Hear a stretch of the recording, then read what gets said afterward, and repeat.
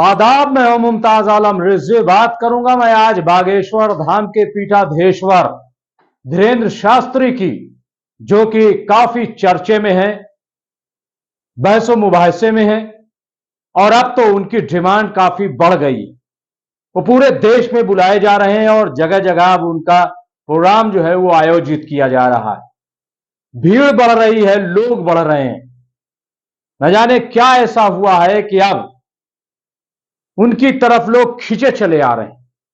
अब इसमें भाजपा के लोगों की भीड़ है, मंत्रियों की भीड़ है, किसकी भीड़ है या आम लोग आ रहे हैं, यह कह पाना मुश्किल है। क्योंकि जिस तरफ बजरंग दल चला जाए, आरएसएस चला जाए, भाजपा चली जाए, जाहिर है कि वहां इतनी भीड़ तो हो जाएगी कि लोग चर्चे में आ जाए।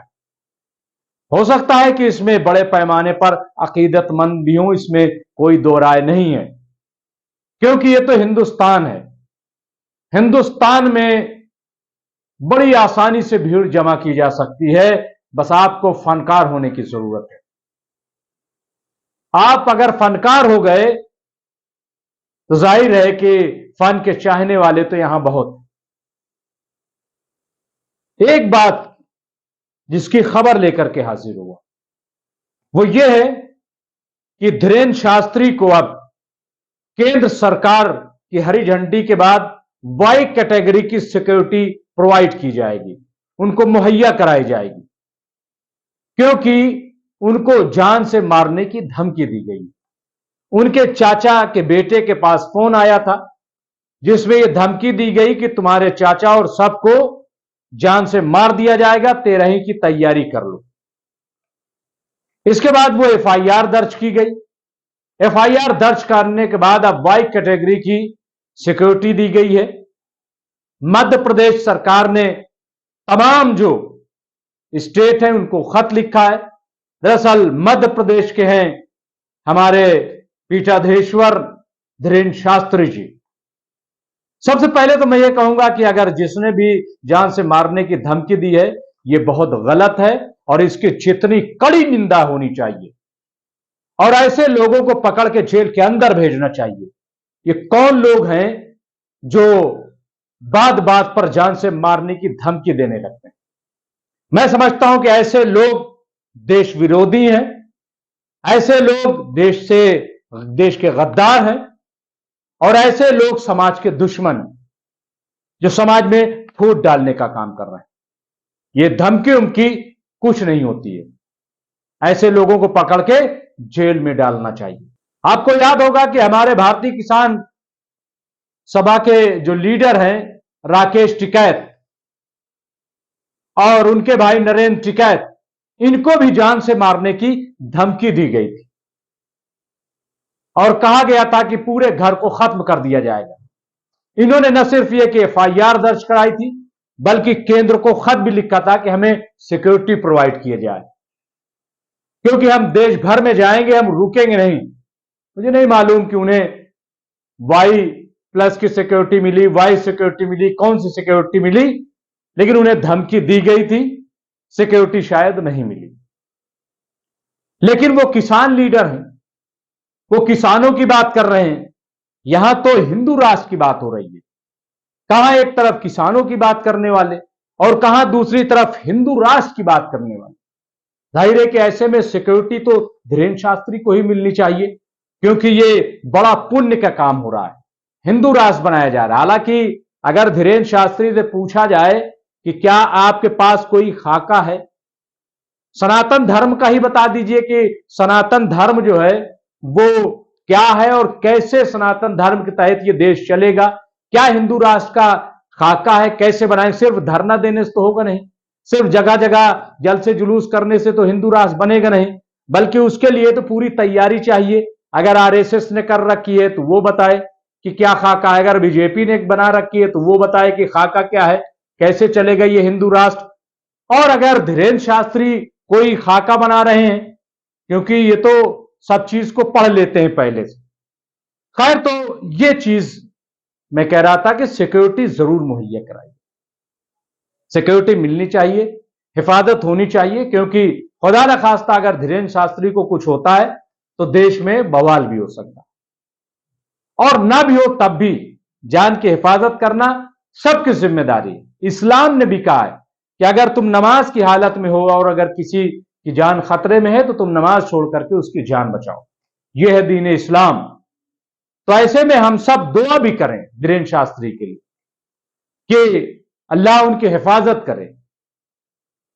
लेकिन एक सवाल जो करने का है, धीरेन्द्र शास्त्री जब आपकी अदालत प्रोग्राम में गए तो वहां कई तरह के सवाल हुए।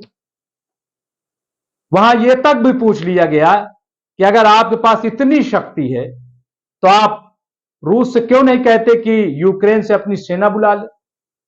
तो उस पर जो है वो बिदकने लगे। ये आप प्रोग्राम जा करके आपकी अदालत में देख सकते हैं। खैर ये भी अपनी जगह है, लेकिन एक बात नहीं समझ में आ रही।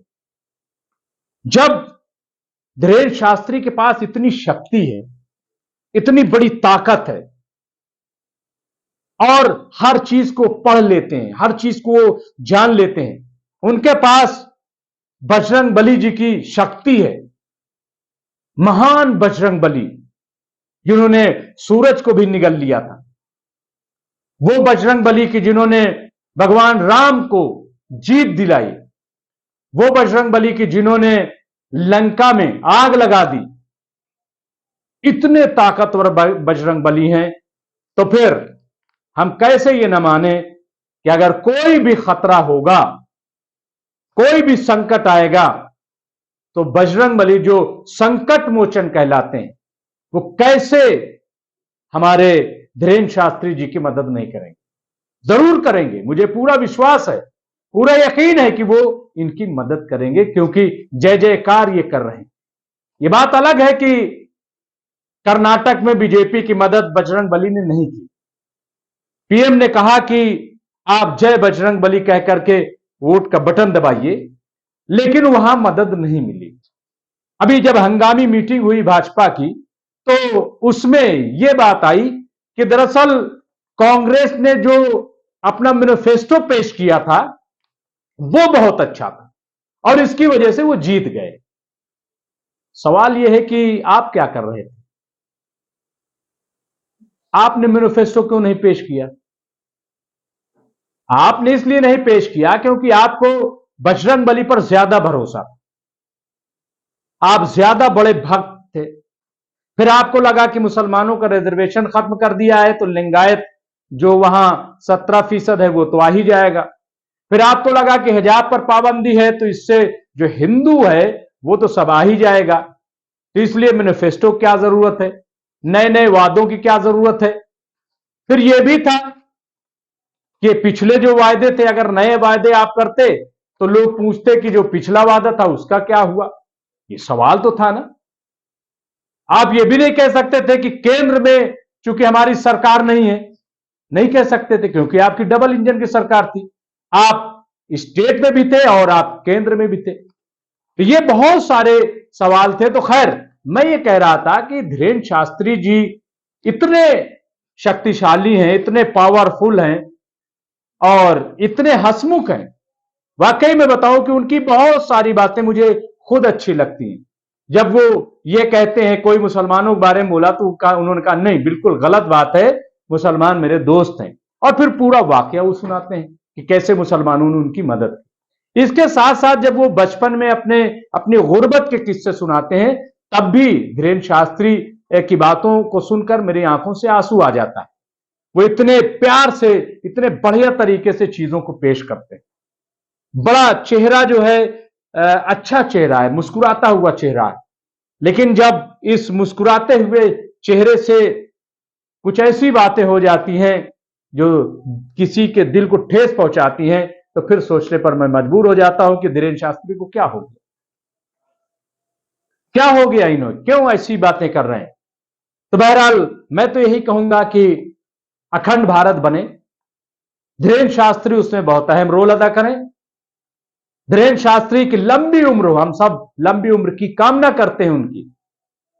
और हम तो ये भी कहेंगे, अब मालूम नहीं कि ये सही है गलत है, हालांकि बहुत चर्चा होती है कि उनकी शादी भी हो जाए, उनके बच्चे भी हों, क्योंकि वो भी किसी के बच्चे हैं, तो उनके भी बच्चे हों ताकि उनके मां बाप जो हैं वो कम से कम ये तो देखें कि हमारे बेटे के बेटे हुए हैं, बच्चे हुए हैं। तो बहरहाल ये तमाम चीजें हैं, हम तो दुआ ही कर सकते हैं, लेकिन हमें पूरा यकीन है कि बजरंगबली उनकी हिफाजत करेंगे। लेकिन अगर केंद्र ने उनको सिक्योरिटी मुहैया कराई है तो इसके लिए भी बहुत अच्छी बात है। अगर मध्य प्रदेश एक्टिव हुई है तो इसके लिए भी बहुत अच्छी बात है, मैं उनको भी मुबारकबाद दूंगा। सिक्योरिटी वाकई बहुत जरूरी है, लेकिन केंद्र हो या राज्य सरकार हो, मैं उनसे जरूर कहना चाहूंगा कि आप जो पीठाधीश्वर है हमारे धीरेन्द्र शास्त्री जी, उनको कमजोर बिल्कुल ना समझे। वो बहुत स्ट्रांग आदमी है, बहुत मजबूत आदमी है, और उनकी हिफाजत खुद स्वयं बजरंगबली जी करेंगे। फिर भी आप सिक्योरिटी जरूर दीजिए, क्योंकि ये आपकी जिम्मेदारी है, ये धीरेन्द्र शास्त्री की जिम्मेदारी नहीं है। बहुत बहुत शुक्रिया।